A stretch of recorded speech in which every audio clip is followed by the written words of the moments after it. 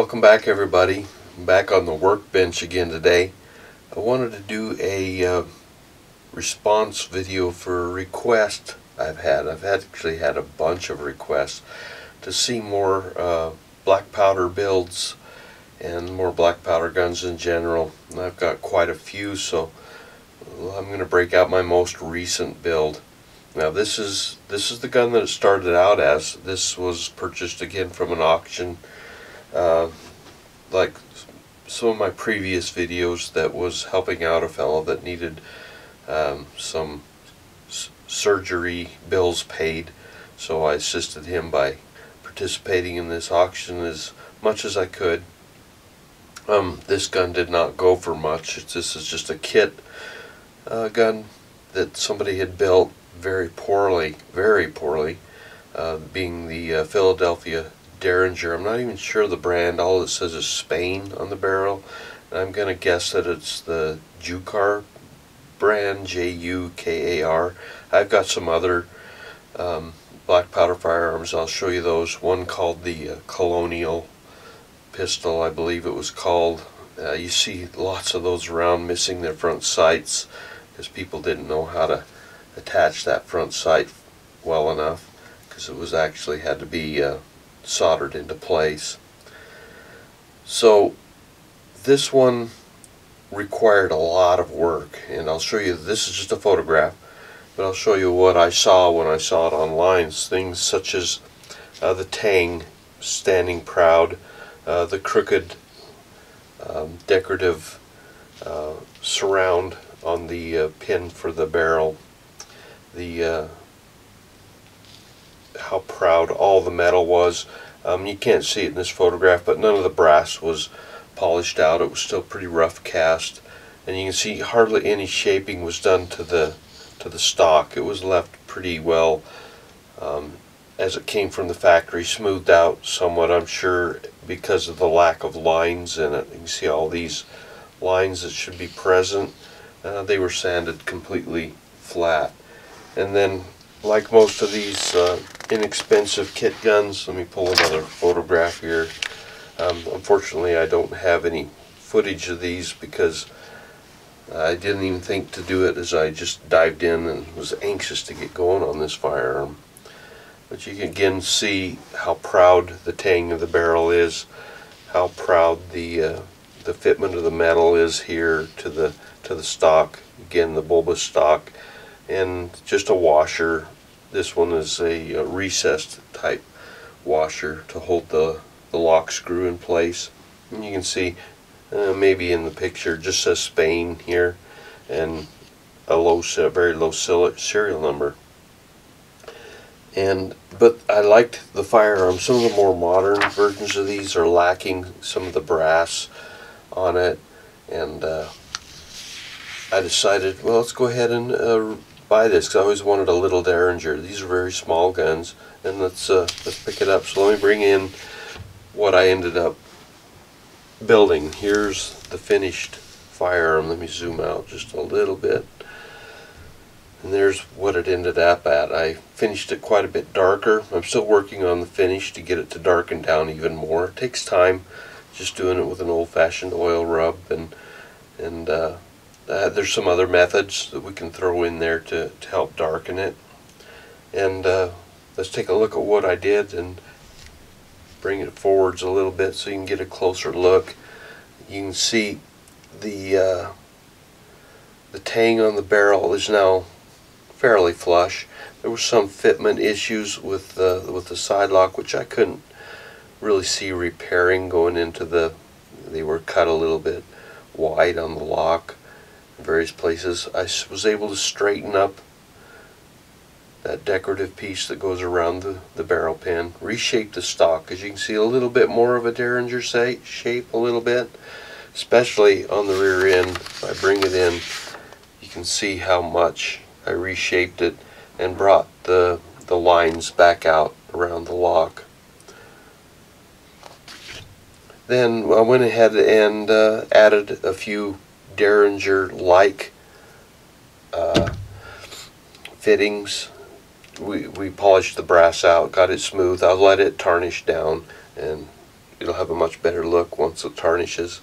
Added a little typical Derringer butt plate on it. It resembles it. Derringers usually have a shield up on top. I added my own version of that.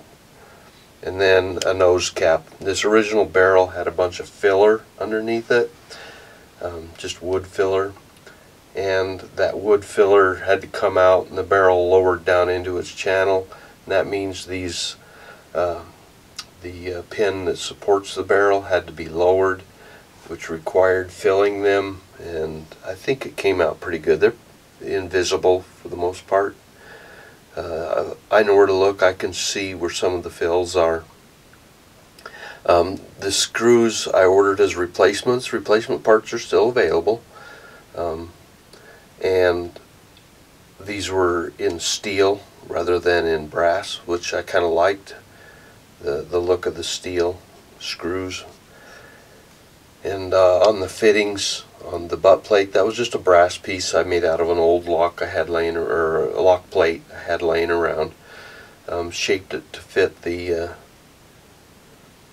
butt stock on this gun, and then screwed it into place. I restored a 1967 Jaguar E-Type at one time, and that was a trim screw that was left over. Slotted screws and wood screws are sometimes difficult to find for me living in a smaller town, and so I saved pretty much everything, and the same with that screw. That's off that 67 Jaguar E-Type. I just shaped it to the shape I needed and used it. Also, I might point out this nose cap, I did not shape it. It's a very thick nose cap, and that was from a original brown bass from the 1700s. I don't know if you can see it. There's a few cracks in it, stress fractures, or just fractures that were there when it was molded. It was broken, so no worries there. I didn't destroy a valuable piece. It was broken, but I had enough of that nice brass left to create this this nose cap, as an original Derringer would have something resembling it. We also added a lock plate. The original Derringer would have been quite a bit more elaborate than that with engraving, but I added that just to give it more of a Derringer look. You can see how small the gun is. It just a hair longer than my hand. I can only fit 2 fingers on, almost 2 fingers on it. That's how small these little things are. This one is in .45 caliber. It's not loaded, so don't worry. The bluing, I overblued it. It was not in bad shape when I got it, so I didn't do much with that. I was actually consider browning it. I like browning guns. I will show you that some other guns I have browned in the future. We'll take a look at that. And so that was a real inexpensive kit. These are selling for in excess of $200, pushing $300 just for the kit. And for 40 bucks, I figured, why not make a shootable, fun little pocket Philadelphia Derringer, spelled with 2 R's there, unlike the original, which would have had just 1 R.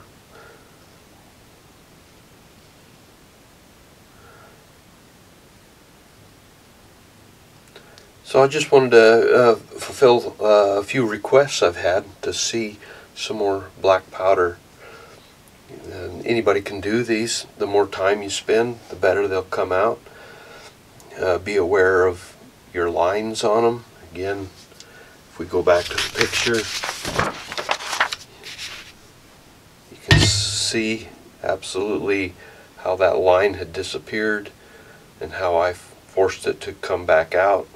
See, there was none before, and I forced it to come back out just with careful sanding. Not sure how much time I have into this, not a tremendous amount of time. It was really a pretty easy project. And then getting rid of that bulbous rear end off of the back of the, and giving it a much more elegant shape. Much prettier, I think. So there it is, the completed project. I'm sorry I didn't give you a better feel for it is by recording it along the way, but this is a good overview of a real fun little kit to build. So this is a good way to do it. Find yourself some people selling some cheap old black powder firearms and practice on them. One thing I didn't do, of course, was checker it, as original Derringer might have been checkered, and my checkering skills are not up to that yet. I have been practicing my checkering, and it's one art form that has always eluded me. I have tried and tried, and I can mess guns up quick with checkering. So I don't do it but in small patches. I have done some small pieces I'll show you in the future, but not up to good enough standards to tackle a little project like this, where the whole buttstock would have had a band checkered here and then attaching to 2 points that come up the back side. But anyway, I'm pleased with it. It'll be a fun shooter, and until then, next time we'll be seeing some more of these black powder firearms in the future. So thanks for watching, and we'll get back to some more milsurp here coming up. See you next time.